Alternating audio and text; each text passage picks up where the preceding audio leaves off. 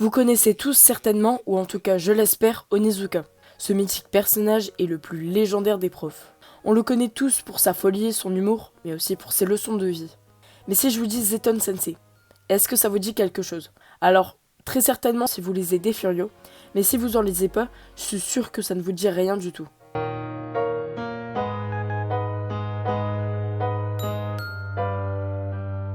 Salut à tous, on se retrouve aujourd'hui pour parler une fois de plus de Furio. Je sais, je fais beaucoup de vidéos sur ce genre en ce moment, mais je kiffe trop et c'est un genre beaucoup trop méconnu. Et il y a plein de pépites trop méconnues, comme Zeton Sensei. Zeton Sensei est un shonen qui est une suite sur un personnage présent dans l'univers de Crows Worst. La série a été dessinée par Yamamoto Shintaro et elle a été scénarisée par Suzuki Dai. Et bien sûr forcément Hiroshi Takahashi. La série n'est pas éditée en France, mais trouvable sur Furio Squad comme d'habitude. Et au Japon, elle est éditée par Akita Shoten. Après ses études, Anazawa, plus connu sous le nom de Zeton, du lycée Suzuran, est devenu prof dans un lycée. Mais dès son embauche, il apprend qu'il n'a pas été recruté pour enseigner, mais pour pousser ses élèves à quitter l'établissement. Pour commencer, on commence l'œuvre avec quelques pages en couleur qui font plaisir et permettent de faciliter l'immersion dans l'univers. D'ailleurs, en parlant d'univers, Zeton Sensei se passe dans le même univers de Crows, donc il y a de très claires références à Suzuran et bien sûr aussi à Crows. Et franchement, c'est plutôt cool. Et le dessin est aussi très familier et habituel à celui de Furio, donc Crows. Il y a même un aspect un peu rétro avec des chara-design très bruts, voire même stéréotypés. En bref, si vous kiffez Crows, Zeton Sensei va vous être familier. Et il y a vraiment moyen que vous kiffez ce manga. Au niveau des dessins, l'esthétique est très simple, mais efficace. Le dessin est très explosif, mais dynamique, avec plein de lignes de vitesse de partout, que ce soit pour symboliser la vitesse ou pour symboliser une émotion. Mais il y a aussi une forte utilisation des onomatopées, mais à chaque fois avec une taille et une police d'écriture en rapport avec leur contexte d'utilisation. Et ça dynamise le dessin et ça colle aussi parfaitement au perso haut en couleur. Les traits sont ultra précis et minutieux. On voit que l'auteur a de l'expérience parce que le dessin est propre et il n'est pas du tout maladroit ou encore brouillon. Le style graphique du dessinateur est réaliste, ses traits sont fins, mais malgré ça il arrive à mettre du caractère dans ses dessins. Les planches sont claires et lumineuses, elles sont très détaillées, surtout les planches où il y a seulement du paysage, parce que c'est dans celle-ci que le dessinateur arrive à montrer et exploiter tout son talent. Et d'ailleurs, une grande part de son talent est due à sa polyvalence, car il sait dessiner des scènes humoristiques, parce que le dessin est à certains moments très humoristique et aussi caricatural. Mais il sait aussi dessiner des scènes de baston ou des séquences plus calmes. Je kiffe vraiment son style graphique, qui est épuré et propre. Du côté des angles de vue, ils sont intelligemment choisis pour prononcer ou accentuer l'effet d'une scène, lors par exemple d'une entrée en scène où l'auteur va privilégier des angles de vue très rapprochés, de même que les plans qui sont toujours très adaptés à la situation. Le découpage des cases s'enchaîne bien, la juxtaposition des cases est fluide et elle a un effet cinématographique. De plus, la gestion du rythme est temporelle et bien faite et logique, c'est-à-dire qu'on n'est pas perdu pour savoir si l'action dans la case dure 1 ou 10 secondes, et ça facilite énormément la compréhension de la lecture. Il y a très peu de décors, et le peu qu'il y a est réaliste, simple et pas chargé. L'auteur préfère privilégier les fonds en trame ou lignes de vitesse, mais c'est vrai que ça rend le dessin un peu plus fade et lassant. Après c'est vrai que dans un Furio, on ne s'attend pas forcément à être époustouflé par le décor, mais plus par les personnages. Les décors montrent que le cadre dans lequel nos personnages évoluent est un cadre social ni riche ni pauvre, plutôt modeste.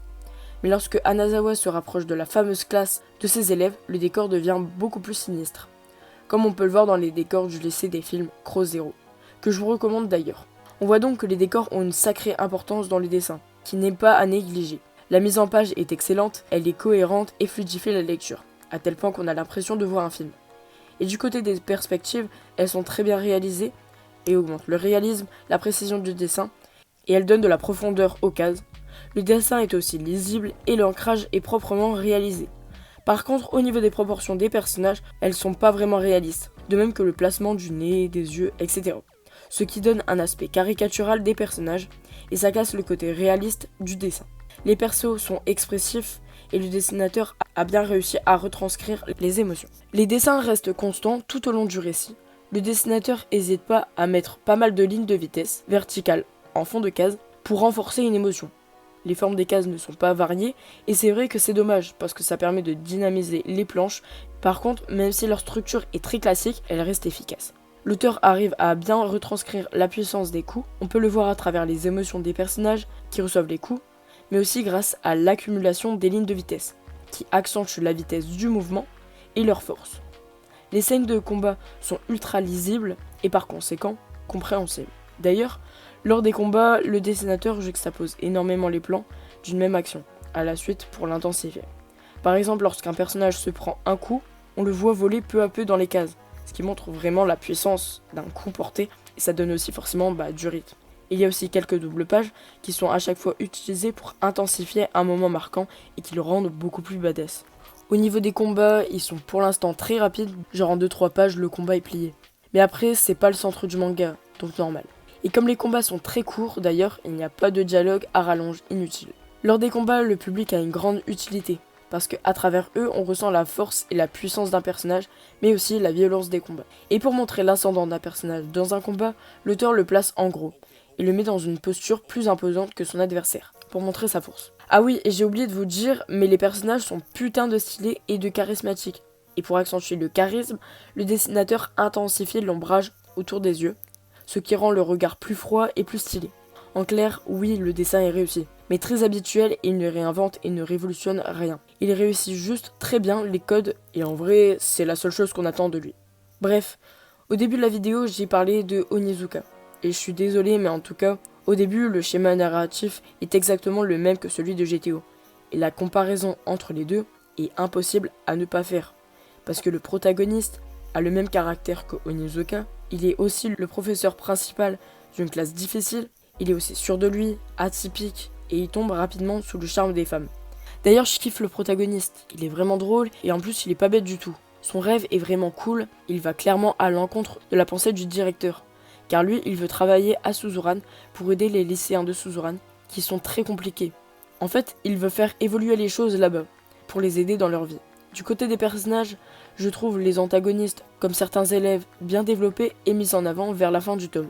Mais malgré que ce soit tardif, c'est très bien amené et bien fait. Par contre, je trouve les personnages très stéréotypés, et c'est vrai que c'est un peu dommage parce que c'est du déjà vu. Ensuite, le manga est très bien rythmé, et l'histoire est très bien construite entre les moments de solitude de Hanazawa et les flashbacks qui sont très bien intégrés au récit, qui sont très bien dosés et permettent de mieux comprendre la façon de penser de notre prota et d'où elle vient, mais on en apprend aussi plus sur lui de façon personnelle.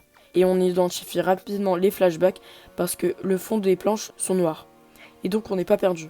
Bref, on n'est pas dans le flou grâce à eux, mais c'est vrai qu'il reste quand même pas mal de zones d'ombre sur sa vie.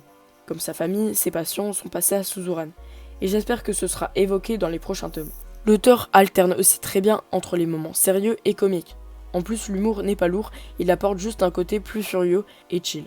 En bref, l'histoire ne perd pas de temps, on commence direct et à travers cette œuvre, l'auteur dénonce surtout le directeur, qui représente le mépris des adultes de l'établissement vis-à-vis des cancres. Il n'essaye pas de les aider et d'améliorer leurs notes et comportements.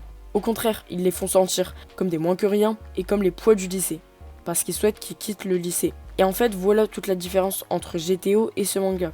Ici, le directeur préfère mettre en péril l'avenir des lycéens pour la réputation de son établissement. Et plutôt que de réfléchir à opter pour une méthode plus adaptée et éducative pour eux, on voit donc encore une fois un auteur qui décide de mettre en avant l'hypocrisie et le semblant qui sont très importants au Japon, où on préfère éjecter les gens qui sont en dehors des codes pour garder une uniformité. On peut donc voir une volonté de l'auteur à dénoncer aussi les règles et codes inutiles que les Japonais respectent, que ce soit dans le cadre de l'école ou même dans le cadre de tous les jours. Et en fait, qu'ils respectent mais sans même savoir pourquoi. L'auteur dévoile sa pensée vis-à-vis de ces règles établies, qui font des personnages, comme il le dit à travers un personnage, des produits assemblés à la chaîne. D'ailleurs, le personnage qui dit ça nous fait réfléchir énormément vis-à-vis de l'uniformité que veut et oblige la société. Hanazawa, lui, veut vraiment aider ses élèves, car il ne veut pas qu'ils connaissent ce qu'il a connu à Suzuran. Et contrairement au directeur, lui, il veut les aider, malgré leur comportement et réputation. On voit donc vraiment qu'il veut aussi leur inculquer des valeurs comme le respect, mais aussi de les faire mûrir et évoluer. Et son objectif est de les remettre sur le droit chemin pour qu'ils aient une chance dans ce système complètement archaïque. Et le fait que ce soit un ancien Furio rend le récit bien plus intéressant, parce que comme à l'image de Onizuka, il a une vision de l'école des cancres et même du système, voire du monde, différente des autres profs lambda, et peut-être plus proche des élèves. Il les comprend mieux grâce à son passé qui a façonné sa vision du monde. Pour conclure, ce manga donne beaucoup de réflexions sur les diverses manières d'enseigner et même les plus discutables. À travers ces réflexions, on prend conscience que l'école et la façon dont un prof va enseigner va avoir un sacré impact déjà sur les notes, mais aussi sur la façon de penser et de grandir en fait. Pour finir, je pense que je donnerai la note de 12/20 à ce premier tome. J'ai trouvé que c'était un bon tome, même si c'est pas le manga qui m'a le plus transporté. Mais ça reste un tome agréable que je vous recommande à fond. Merci beaucoup d'avoir regardé cette vidéo. Tu peux checker mes autres vidéos si tu veux. Et tu peux aussi me follow sur Twitter et même m'envoyer ta mangatech. Après, tu peux aussi lâcher un like et un abonnement, mais ça je pense que tu sais. Et sur ce, bonne journée, bonne soirée, ciao.